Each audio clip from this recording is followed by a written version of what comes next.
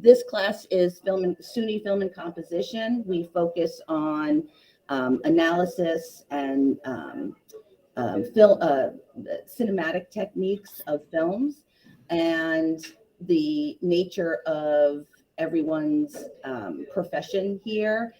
We felt relates to this. I have a lot of questions that the students ask. Um, you're welcome, Mr. Jaffes. Related to being on air, related to how you got to where you are, related to writing and the process of writing. So the first thing I'm just going to ask is if you all could introduce yourselves first. I'll call you out by name. Let me just add that everyone seemed to have the question, what was your main motivation for the job that you have now, or what inspired you? So if you could talk a little bit about that, that would be great. So I'm just going to go by my what I see in front of me, and I'm just going to start with the first one that I have, which is Carmine. And it's nice to see you, Carmine. Nice to see you too, Miss Bear. So thanks to the seniors for coming in on time. I mean, please. I mean, that's worthy of, the seniors who are still there, first ones in the gym, maybe last ones to leave. But yeah, so after Ossining High School, I went to the University of Scranton, where just to address what you said, your motivation, I probably was to make my parents proud, I would say, because my dad is, as Trevor and Quarry know, and maybe Dana heard from, a couple area codes over, my dad would always play the sporting events in the stands. So I always thought it was normal to do something like that on air. But so I went to the University of Scranton, which is only about 2 hours away, and I was the head of the newspaper and the TV station over there. And I guess did a good job enough at a Division III small college to get an internship at ESPN out of college, I was like, couldn't believe that I actually got it, and worked there for 2 years behind the scenes, cutting up highlights and basically telling the game story of any particular game that night. But then realized that I didn't want to sit, and just have this track because I got to ESPN where Trevor is now, that, I'm like, well, I can stay on this track of doing jobs that I enjoy because it's sports, but I'm not really following my on-air dream. And so I left ESPN to go to Casper, Wyoming, and took a 2.5 times pay cut because I knew that it would be a chance to start actually pursuing my dream of being on camera and being a vehicle to tell people's stories, which you guys all are now also, which is cool. And let me just put in for 1 second. Don't Yeah. a lot of people who want to go on air move to smaller markets to try to get, the position that you have, and then maybe move around? Yeah, you have to. You have to, because everybody's terrible when they first start, and you don't want to broadcast that horrendousness to too many people. You got to start small, like the minor leagues of baseball. And so I did sports in Casper, Wyoming for 2 years. And then right now I'm doing news and sports for the last 2 years in Medford, Oregon. So it's been great. And I think another one of my motivations, not to take too much time from our other guests here, but is to just be a cheerleader and highlight other people's great stories. Like be able to be the greatest assist guy if you're looking at sports. Like, people trust you with their stories and you get to show them off to other people. And I like the most positive ones. That's where I feel like, is the most fun. But I mean, to see somebody's story being told, they get to be proud of themselves and get to be, as happy as they deserve to be about it, which, you're just adding a little bit extra to showing that off. It's like, what a privilege to be able to do that. Okay, thank you. It's nice to hear that you want to do positive stories, because mostly everything that we see is not positive, I guess Right. I'll say. Right. I'm glad that, you know, you mentioned Medford. I don't know if everybody remembers that that is a place in the movie we studied, Double Indemnity. Do you remember Medford being brought up? That's right. Okay. See, I had to connect everything. So, Nice. There you go. It was meant to be. yeah, absolutely. Thank you, Carmine. We're going to move to Corey. So, my same question, and if you could just introduce yourself, that would be great. Yeah, how's everybody doing? I'm Kwari Alumni. So I graduated from Austin High School 2015. And after that, can you guys hear me well? Hear me? Okay, cool.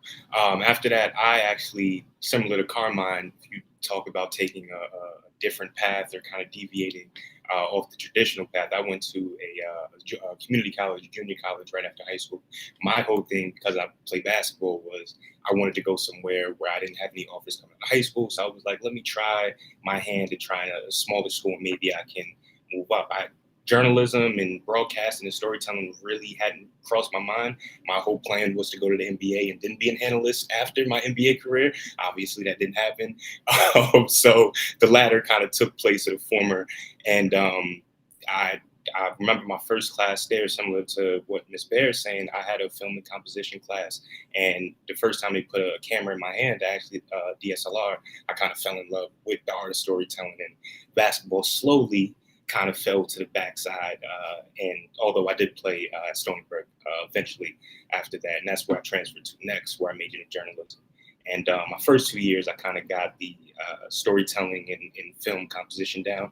And when I went to Stony Brook, kind of honed my writing. And I think for anybody, as you asked, just the importance of writing, I think what all of us do, Dana, Carmine, Trevor, I don't think we could be good at our jobs if we weren't great writers or had that skill. So I think that is like one of the number ones for anything you do, whether you want to be on air or in print, production like I'm doing now. So I'll kind of get to my professional journey. After I graduated from Stony Brook in 2020 and the height of the pandemic, and I was scrambling trying to find something to do for maybe 4 months. And I had hosted my own podcast.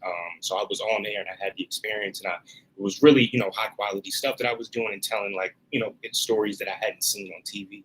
And I think that's another point of advice for for students now is how can you separate yourself from the rest of the field? What are some of the things that I was telling Carmine before we got on here, like I used to watch all of the stuff that he was doing at Scranton on YouTube that really inspired me to like, oh, I could do this too. This is something that I could see myself potentially doing.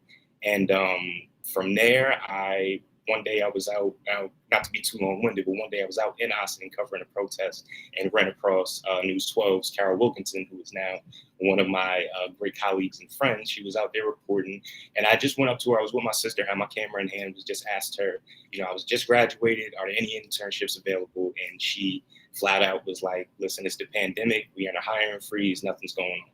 She was like, but give your contact information to her photographer at the time. Gave it to him, and 2 months later, I got a call from him saying, hey, we'd love to have you come on air. And from there, my on-air journey kind of took off, and I was on News 12 Westchester, which is a station, a news channel I grew up watching, as all of you probably have on your TVs now, and which was really cool. And I'm kind of opposite of Carmine. I had the on-air experience, then I kind of transitioned into video production, which I'm doing now. It's Washington Post, which is super fun, super different than what I was doing, but just a new challenge for me to take on. And we have Robert Downey Jr. coming on today, which I'm super excited for. I'm a Marvel Iron Man fan, so that's where I'm at now. That's my journey. Great, thank you. We were all looking at your website yesterday, and it's really well done. So congratulations. In fact, I'm even thinking of you have the video there with Malcolm X, and I'm thinking, I also teach AP English 11, which several of you know, and I thought, this is really great for my class. So I'm trying to use it, but we will cite you. I appreciate it. Thank you. Thank you very much. Yeah. Dana, if you could talk a little bit about yourself. I'm so intrigued that you wrote a book. Being an English teacher, this means a lot to me. Also, the content of your book, being a teacher and being in education, and also, again, teaching AP English 11, where we talk about the craft of writing. And I'm glad that, Kwari, you spoke about that. I find that really significant. So Dana? Yeah, well, hi, good morning, everybody. I'm totally horrified to be the oldest alumni on this panel.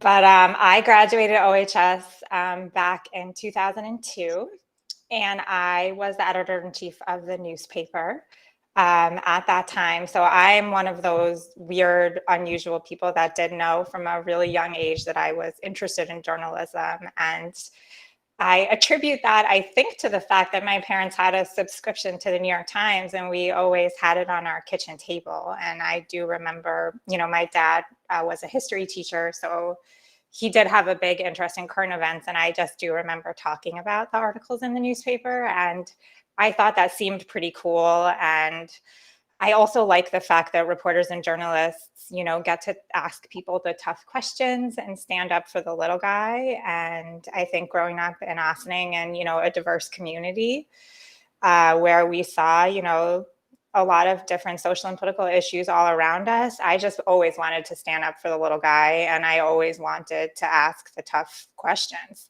So that is what inspired me. My parents weren't really connected to journalism, so I sort of had to figure out exactly how you go about doing that. When I went to college, I again worked for the student newspaper at Brown University in Providence, Rhode Island, and it was a great experience. And at that time, I also was very into history. And I'll come back to that because I did end up writing a history book later in my career. I wanted to move someplace different after college. I wanted to try something different. And I ended up working for a small progressive political magazine called The American Prospect in Washington, D.C. I've always been interested in politics. So I went down there, and that was my first real full-time journalism job. I'll just stop there for a second because it was 2006 and the internet was the way the internet was growing and exploding at that time as a way to get journalism out there was new, which might seem funny now, but older journalists, writers, reporters, editors at that time, they didn't want to be involved with what was going on online. They only wanted to do print. So here I was 22, 23, 24, and I was like, oh, sure, I will do the stories that will only go online and won't be in print.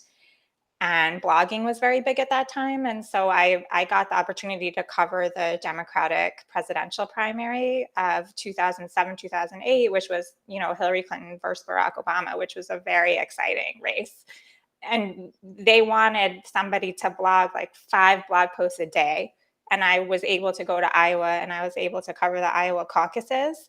And it's crazy because that's a very attractive assignment. But back then, older reporters really didn't want to do that because they wanted their name in print.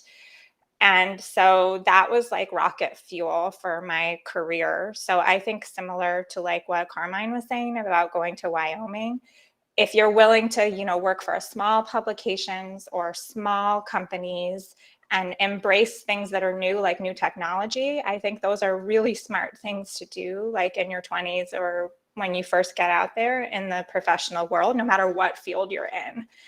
Because I think by embracing what's new, experimenting what's new, which you're primed to do when you're younger, I think that it can sort of set you on your path. And I worked for a series of small sort of web-based publications in my 20s for the American Prospect. I moved to New York to work for the Daily Beast, which was a totally new website at that time, very, very fast-paced again. And then the Daily Beast was it wasn't exactly where I wanted to be. So after I learned a lot there, but it's a little tabloidy for me.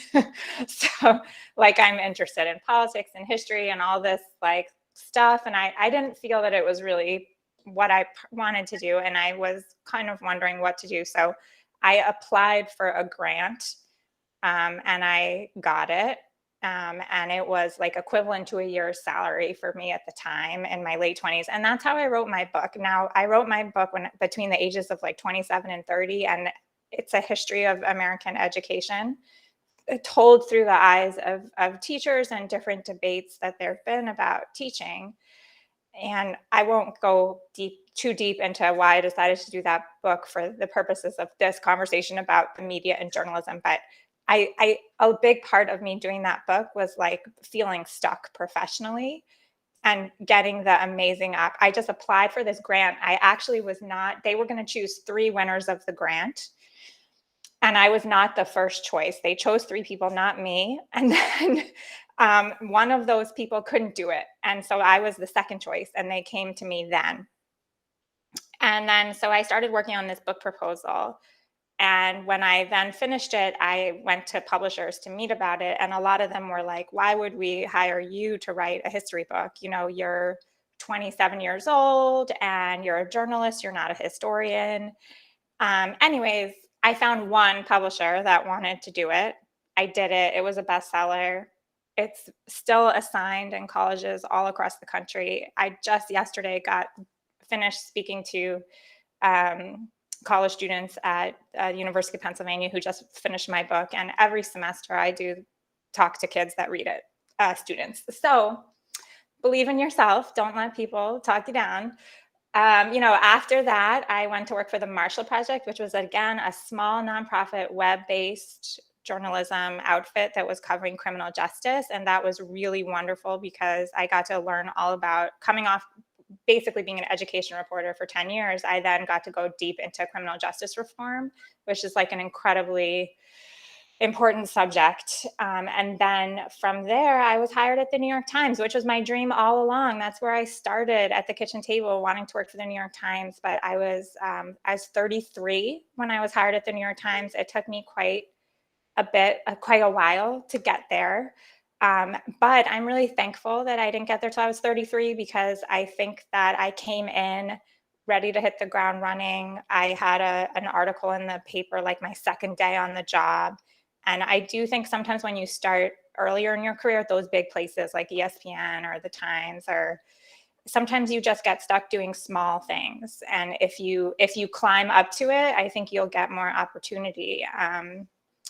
And I'm still there. I've been there 5 years. I've had 2 babies over the time that I worked there. In fact, I was pregnant when they hired me, which is a great, awesome story about how the world has changed, because I don't think pregnant women got hired to be reporters at the Times, very often, even like 10 years ago. So it's been a supportive and good place to work for me during this very busy part of my life with 2 young children. I'm talking to you today from my bedroom, which is where I have a little corner desk.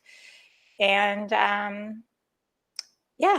I love Austining, and you all are very lucky to be growing up there. Thank you so much. Funny, there were many questions, based on your bio. Everyone wanted to know, well, how did you go from here to the New York Times? And so thank you for explaining that, because that was something that we wanted to know. Okay, so thank you very much. And now we're going to go to Trevor Gill, who actually I talked about yesterday in class. I don't know if you remember, Trevor, that you always used to talk to me about what were the best movies of all time. You always questioned my choices, and then we had that fair one day, and Marshall Fine came in. Do you remember this? I do remember that. Asked him what are the best movies of all time, and he said the 2 that I said, which was The Godfather and Chinatown, and you just turned back and gave me a look. So I told everyone the story, that we all laughed, and now they get to see you and meet you. So if you could tell us about yourself and what motivated you. Well, the moral of the story there is Miss Bayer's right, so remember that. Good morning, everyone. Thanks for having me, and all of you all are so impressive. This is amazing to kind of talk with the group on the Zoom and then to be with you guys in the classroom. Actually, I kind of also will start with a story with you, Miss Bayer. I remember freshman year, end of the year of high school, there was a posting to join the Current student newspaper. I was, a bit intimidated, of sort of never really written an article formally, had a little bit of an inkling that I wanted to do media, journalism, writing. And I came into your office and just wanted to literally write an article. And you kind of convinced me there was the position for the sports editor that was open. And you were like, just do it. Like, you'll figure it out. You'll learn. And at that time, that was really intimidating. But looking back, like I think that's, if you look at kind of what inspired, I mean, that was one moment, and there's been several other along the way where I think trying new things and just saying yes to things, even if you don't fully know what you're signing up for, if you think you can do it, you probably can figure it out along the way. Obviously, there's limits. And everybody's shaking their heads here. So yes, that's a big one. There's limits to that, but I think that, just thinking big picture. So that's kind of how right now I'm at ESPN Films, part of the 30 for 30 brand, which is kind of the long form documentary storytelling. I kind of always just tried to do things and follow places that I was a fan of. If I was a fan of something, I felt like I could contribute and be passionate about it and know the brand and know kind of what it is. So I took I've been at ESPN now 3.5 years, and I graduated, I'm going back now, I graduated OHS in 2011 and then Syracuse in 2015. And, I kind of went across a few different, passions, like I said, experimenting. Like at one point at Syracuse, I thought I maybe was going to do the on-air broadcast route. But then I kind of realized I like sort of some of the behind the scenes and producing. And so I didn't want to, though, give up the idea of telling sports stories because I'm a huge sports fan. Go Mets, obviously. So I worked at a production company after college that was in the sports documentary world, a very small company, like 4 or 5 people. And through that kind of got to do everything from like answering phones to scheduling meetings to booking crews for shoots to, eventually got to the point where I was able to kind of do more on the development side, which is a lot of, writing pitch treatments for films, creating like pitch decks of what a film might look like and just trying to kind of sell ideas to networks. And through that, working there for a few years, I got to work on an ESPN film from the production company side. It was called Crossroads, about an underprivileged lacrosse team in North Carolina and how the sport of lacrosse kind of helped these kids get college scholarships and kind of get out of some difficult circumstances. So through that film, got to meet people on the ESPN film side, and then, was really transparent, had a really good relationship with my boss at the production company that I was at, and kind of told him, like, I love working with you and for you, but like, I want to try to be on the other side and be at a bigger place and expand what I was doing. And it's great to have mentors like that, especially as a boss who is like, he had great connections at ESPN and kind of recommended me for the job. Which I think is just really great to have those open relationships if you can with bosses or teachers, mentors. And then, so now at ESPN Films, a lot of what I do with a larger team, obviously, but is help kind of find stories for documentaries and also research and write stories that I think could be, interesting documentaries into the sports world. So certainly, like, I've tried to kind of take all my, from writing to even like my on-air communications that I did in like college and high school to help me with pitch meetings and things like that. So I've kind of, every step I've been at, I've tried to gain some new skill and still figuring out what I want to do in 5 years from now. But I think that question of like, what do you want to do can be so intimidating. And I think a lot of people, even all of us here, probably sometimes have those same questions still. So don't get intimidated by it and just say yes when you can to opportunities, because then you'll figure it out along the way. Great, thank you. I know, Mr. Jaffes, it's like we need more time for this. One of the things that I'm hearing from all of you is even if you're, nervous about something or you're not sure, it's speaking up for yourself, advocating for what you want, trying new things. I mean, even myself, I didn't start out teaching. I started in another career path and then went to this, but it had to be me that did it. And it sounds like that's what you're all saying. You had to get to a point where you spoke to people, had a mentor, just pushed for yourself and advocated for yourself. And I think that that's really important for our students to hear. I think one of the things I can't even tell you how many questions I have. So obviously we're not going to get to probably 99% of them.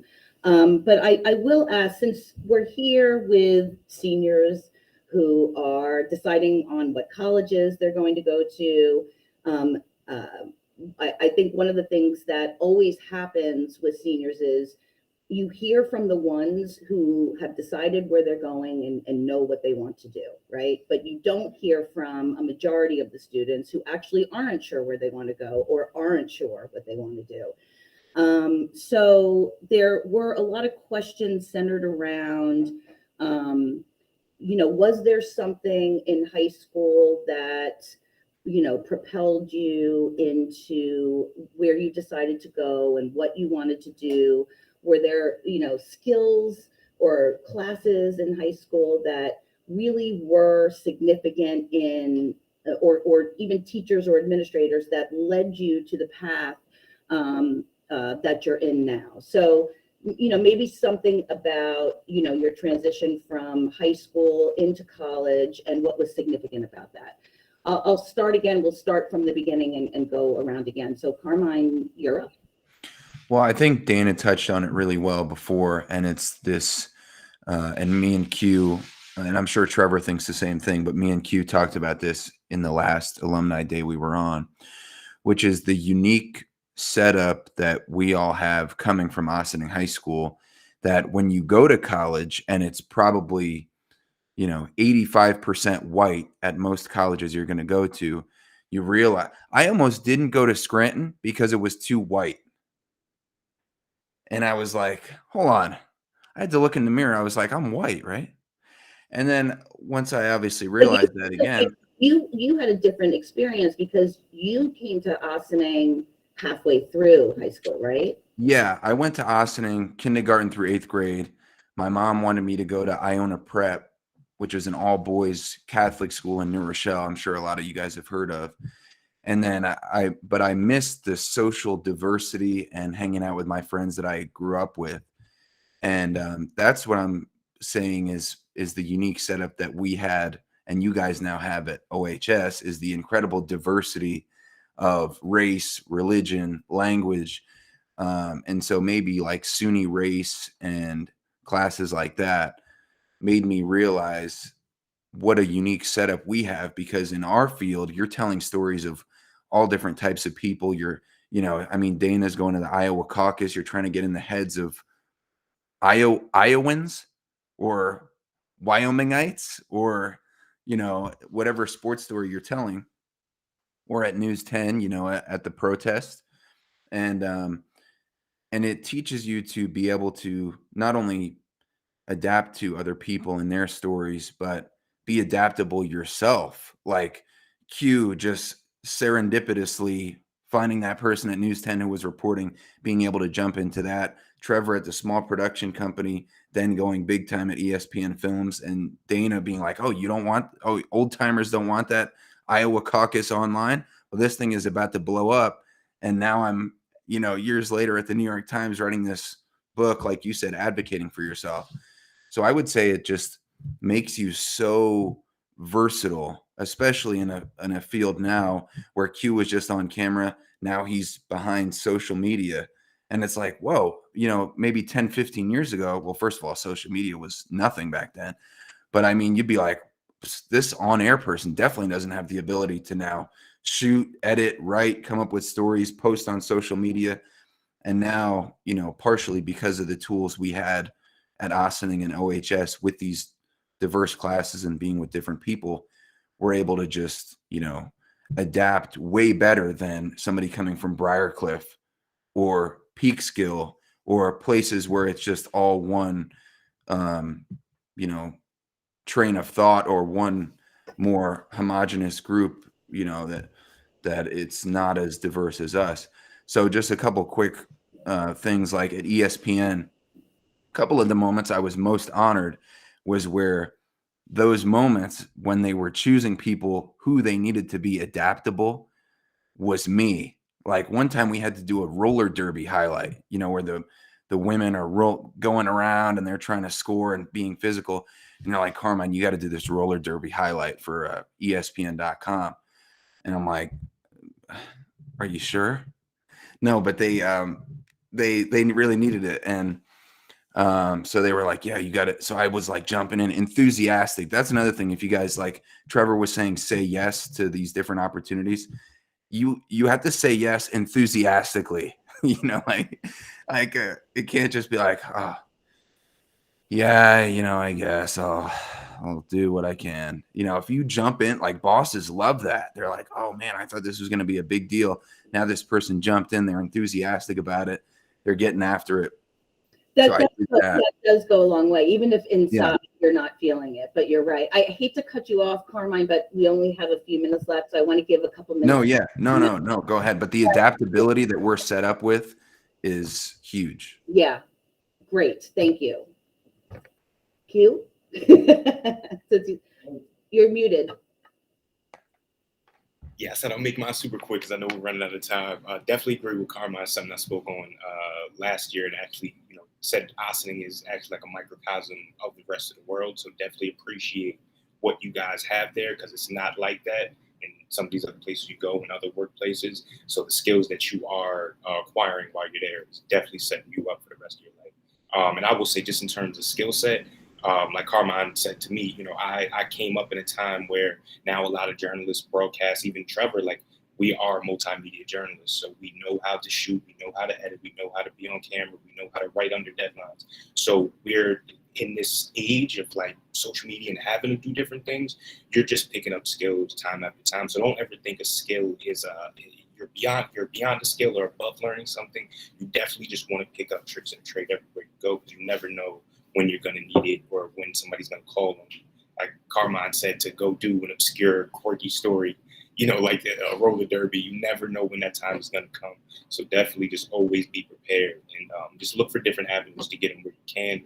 And also, just a quick aside, just, for me, in my experience, and I don't know how many other people can attest to it, but closed mouths don't get fed. So don't be scared to speak up. Don't be scared to, say, hey, is there any opportunity here? Because if not, you will get overlooked and other people will, kind of ride right past you. So definitely speak up for yourselves. Great. Thank you. Yeah, that's very important. Dana? Yeah, well, when I was looking at colleges, I knew that I was interested in the newspaper, so I looked for schools that had a daily paper. So if you're trying to think about what to do next, like just remember college is about more than just classes, but all the other stuff on campus. So you might want to take a look at that. And by the way, you can do that at a community college, at a state school, there's no limit, you can start anywhere and end up like where any of us are. And I just think we've all had a range of experiences, from starting at community colleges to like, I went to an Ivy League school. And by the way, I just want to highlight what Carmine said. I mean, I was horrified when I got to Brown University, being in that bubble. And like, I didn't even know really what boarding school was, and meeting people that came from that world. It is such a benefit for me at the New York Times, like that I can go to Iowa and I can talk to, working class white folks in Iowa, but I can also be sent to South Philly, where during the pandemic, I walked the streets of South Philly to interview, single moms about what they were doing during remote learning when they had to work as essential workers. And I 100% like credit Ossining with my adaptability as a reporter, that I will take any assignment like that. And I might stick out visually in certain communities, but I feel that I can talk to people, and I don't get too scared to do it. So you guys are coming from a great background. Thank you so much. Trevor? I'll be super quick too. Yeah, I mean, I think OHS, like to me, the extracurriculars really is what kind of got me going with the paper, and then even other things that, I think the school is, Miss Barry, you were great at. Like, I wanted to do a blog that hadn't been done before for the paper, and you helped me figure out how to do it. So even if there isn't a club or an activity that exists, like you can create it. And then also on your own, like I had a sports podcast in high school that I did, not with the school. Obviously now with iPhones and YouTube, like you can do things on your own and just pick up the phone and record a podcast. And ultimately, like Syracuse and all of our college experiences are important for sure. But I think looking back on it, like I think people stress it out more than needed, because you can make it at any school. And like I see people getting hired not based at, especially once you're deeper in your career, the college becomes less important and it's about your experiences. Thank you so much. And I just also want to touch on something that Dana said, and I've said this to all of you, and I say this to all my students. Whatever college you go to, you can find what you need, right? Yes, you have to advocate for yourself. Yes, you might have to search out, but you will find what you need, right? And extracurricular activities are just as important as the classes. I want to introduce you all to the students who made it, at least. So, whoops. Oh, wait. Here we go. Okay, everybody wave. Nice. Okay, we're gonna have, the bell just rang. We're gonna have to end it there. I want to thank you so much. Can everyone give them a round of applause? Yeah! I wish we had more time. Bye. Yeah, they're going to the next class. Thanks so much. Dana just left, but thanks Carmine, Quarry, Trev. We had almost 50 live streams, so those are probably mostly classes, teachers watching with their classes. So we had a lot of eyeballs. Hopefully people got a lot out of it. I know we all enjoyed hearing from each of you and catching up on what you've been up to. Tremendous things. And maybe there are some classes that have students that have specific questions for you that may want to reach out via email after this. And maybe some students that want to pick your brain or get a suggestion. So, that's one of the goals that we had for this day. So thank you so much for joining us. We really appreciate it. And I just want to say thank you, everyone. I mean, this was wonderful. I sincerely wish we had more time. I loved listening to everything you had to say. They had so many more questions. I had so many more questions. But I don't know if you remember, 41 minutes goes really, really fast. Yeah, that's crazy. You feel like a lifetime. Yeah. Sure, it does, absolutely. But now you see, especially being in the professional field, 41 minutes is nothing. Absolutely nothing. So, yeah, thank you all so much. Trevor, I'm going to text you later, okay? Corey, thank you for giving me my... Yeah. And Carmine, I'm so proud of you. I think this is so cool what you do. And it was really cool for me to connect a movie to what you guys were talking about, Medford, Oregon. It's in the movie Double Indemnity. So Nice. I have to check that out. Yes, it's an old 1940s film noir. Film noir, I was going to say. Yep, that's right. Yeah. Thanks for doing that. I'm retiring in 3.5 years. I want a job at ESPN, please. Sure, gotcha. Absolutely amazing. You know, Carmine and Quarry, you guys have done this before, and amazing as always. Trevor, you're fantastic. Thank you so much. Thanks for doing I just wish we had more time, because I would love to hear more from each of you and Dana. Just an amazing group of kids. I'm so privileged to one on what's his name? The basketball player who got into drugs. Chris Herron, yeah. We showed that in class. Oh, that's a great one. So good. And then one of the teachers got him. He came to the school and spoke to the school. Oh wow. It was really awesome. Really, really awesome. Yeah. So cool. Yeah. Good job, everyone. Thanks for doing it. Thank you. Thanks, guys. Bye-bye. Thank you, guys. We'll keep in touch. All right.